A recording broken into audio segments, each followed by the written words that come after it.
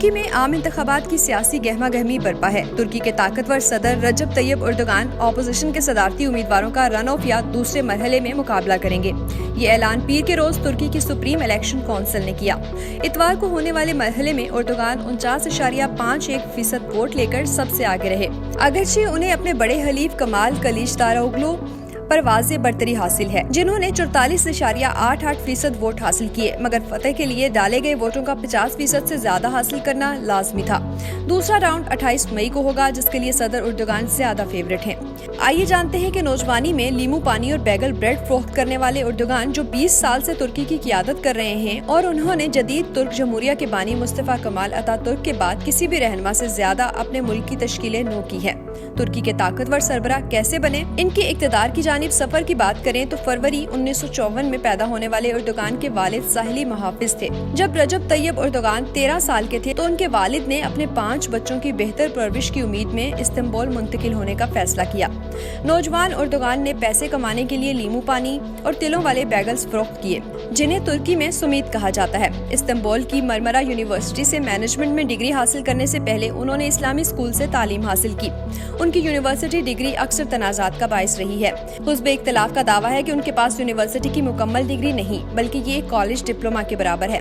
Erdogan نے ہمیشہ اس الزام کی تردید کی ہے۔ نوجوان اردوغان نے فٹ بال میں بھی دلچسپی لی اور 1980 کی دہائی تک نیم پیشہ اور فٹ بال ٹیموں کا حصہ رہے، لیکن ان کی اصل دلچسپی سیاست تھی۔ 1970 اور 80 کی دہائیوں میں وہ اسلام پسند حلقوں میں سرگرم تھے اور نجم الدین اربکان کے حامی اسلامک ویلفیئر پارٹی میں شامل ہوئے۔ جب 1990 کی دہائی میں پارٹی کی مقبولیت میں اضافہ ہوا تو اردوغان نے سن 1994 میں استنبول کے میئر کے لیے انتخاب میں حصہ لیا اور اگلے 4 سال تک اس شہر کے نظام کو چلاتے رہے۔ ترکی کے پہلے اسلام پسند وزیر اعظم اربکان نے سن 1997 میں فوج کے ہاتھوں مجبور ہو کر استعفیٰ دینے سے پہلے صرف 1 سال کے لیے عہدے پر کام کیا اور اردوغان بھی ملک کے سخت سیکولر حکام کے ساتھ تنازع میں گھرے رہے۔ اسی سال انہیں ایک قوم پرست نظم کو عوامی سطح پر پڑھنے پر نسلی نفرت کو بھڑکانے کا مجرم قرار دیا گیا، جس میں یہ سطریں شامل تھی: مساجد ہماری بیرکیں، گنبد ہمارے ہیلمٹ، مینار ہمارے چھرے اور وفادار ہمارے سپاہی۔ 4 ماہ جیل میں رہنے کے بعد وہ سیاست میں واپس آ گئے، لیکن سن 1998 میں جدید ترک ریاست کے سخت سیکولر اصولوں کی خلاف ورزی کرنے پر ان کی جماعت پر پابندی لگا دی گئی۔ اگست 2001 میں انہوں نے سیاسی اتحادی عبداللہ گل کے ساتھ مل کر ایک نئی اسلام پسند party justice and development party کی بنیاد رکھی۔ اردوغان کی مقبولیت خاص طور پر 2 گروہوں میں بڑھ رہی ہے۔ پہلا گروہ ترکی کی متقی اکثریت جو ملک کے سیکولر اشرافیہ کے ہاتھوں پسماندہ محسوس کرتی تھی، اور دوسرے وہ لوگ جو 1990 کی دہائی کے آخر میں معاشی بدحالی کا شکار تھے۔ سن 2002 میں اردوغان کی پارٹی AKP نے پارلیمانی انتخاب میں اکثریت حاصل کی اور اگلے سال اردوغان کو وزیر اعظم مقرر کر دیا گیا، جو آج تک پارٹی کے چیئرمین ہیں۔ سن 2003 سے انہوں نے بطور وزیر اعظم 3 مرتبہ اپنی حکومت کی مدت مکمل کی اور اس دوران انہیں بین الاقوامی سطح پر ملک کی مستحکم اقتصادی ترقی کرنے والے اور اصلاحات کرنے والے رہنما کے طور پر سراہا گیا۔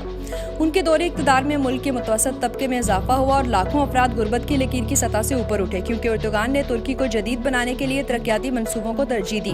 صدر اردوغان کی پارٹی نے یونیورسٹیوں اور عوامی مقامات میں خواتین کے سر پر سکارف پہننے پر عائد پابندی کو ہٹانے کے لیے بھی اقدام کیا، جو 1980 میں فوجی بغاوت کے بعد متعارف کرایا گیا تھا۔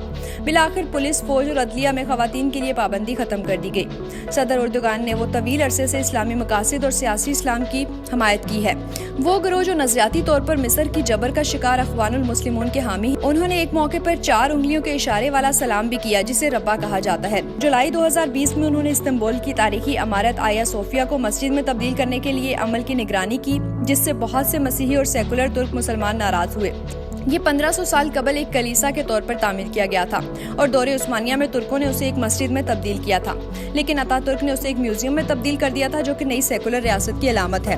سن 2014 میں انہیں 3 مرتبہ بطور وزیر اعظم اپنی مدت مکمل کرنے کے بعد دوبارہ انتخاب لڑنے سے روکے جانے کے بعد وہ ایک ملک کے صدر کے طور پر انتخابات میں سامنے آئے۔ اپنے دور صدارت کے اوائل میں انہیں اپنے اختیارات کے حوالے سے 2 مشکلات کا سامنا رہا۔